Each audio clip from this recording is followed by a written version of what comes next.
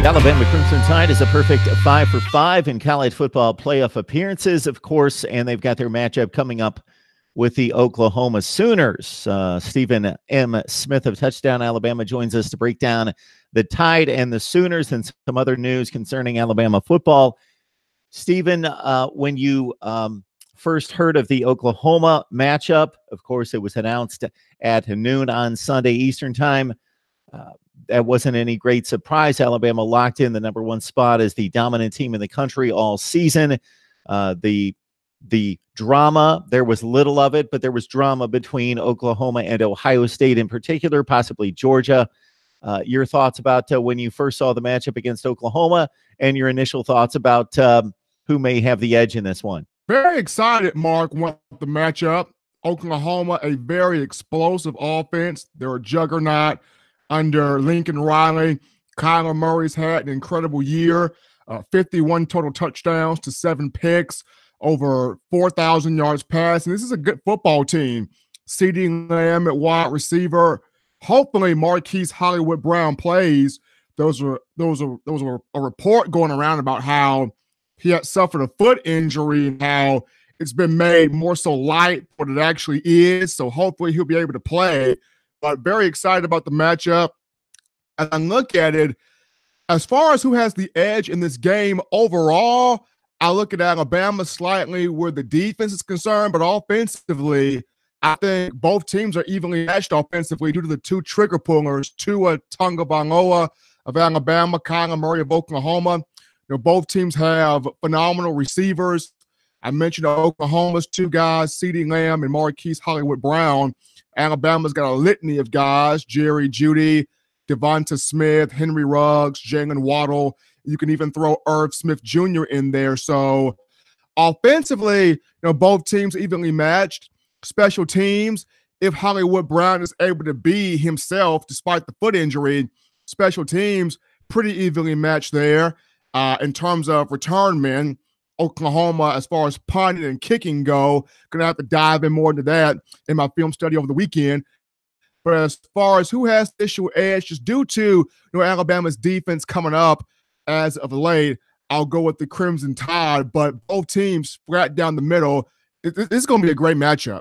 Yeah, when we look at the Oklahoma offense, obviously it has an eye-popping, a prolific stance in history right now. It averaged more yards per play than any offense in history. And, of course, the offense was prolific last year, put up 48 points against Georgia in the Rose Bowl. And Baker Mayfield winning the Heisman Trophy is the number one pick in the NFL draft. And they even improve on that productivity this year. It's quite remarkable. I think Alabama gets a bit shortchanged in the comparison offensively because that is Oklahoma's outstanding characteristic, is running up the big points and yardage totals. And for Alabama, they're a well-rounded team. And obviously this level of production from the Alabama passing game is a new component. And therefore, if you go unit by unit, the only thing where I'm giving Oklahoma the edge would be KYLER Murray's playmaking ability in space. But other than that, I think Alabama may actually have a better offense than Oklahoma because of all the options that you mentioned and because of the depth and the strength in the backfield at the running back position. And obviously, the defensive challenge for Alabama is obvious. The challenge for Oklahoma is monumental defensively just because they've been porous all year. They did play possibly their best game against Texas and were able to hold them down to 27 points. But talk about the Alabama defensive challenge against this Oklahoma offense. Well, first and foremost, you have to contain KYLER Murray. This is a very electrifying young man out in space, as you mentioned, Mark. This man gets out in space. He can run up and down the field. He likes to extend the play to make some throws, but very electrifying with his legs, picking up yards downfield. And the big thing will be the defensive ends for Alabama. Isaiah Buggs and Raekwon Davis, also Quentin Williams, a defensive tackle. Once he's able to get downfield, if he can get a hand on KYLER Murray, finish the play, bring him for a sack. Guys like Mack Wilson and Dylan Moses, your two inside linebackers, gap assignment and making sure everybody is in the right spot is going to be pivotal in this football game just due to The times in which Alabama has made mistakes, Mark, have come from linebackers not communicating the right call.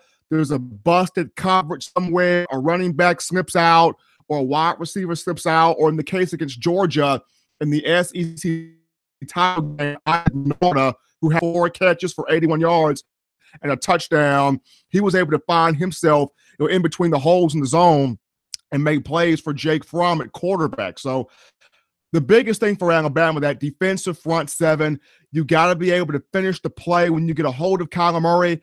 And in terms of the linebackers and guys in the secondary, making sure everybody is in the right spot upon checks, going out of audibles, correcting calls, making sure that the moment that ball is snapped, you know where you are and you can make that play. Got Stephen M. Smith on the line talking Alabama football, with the Tide set to play in just about 4 weeks against the Oklahoma Sooners.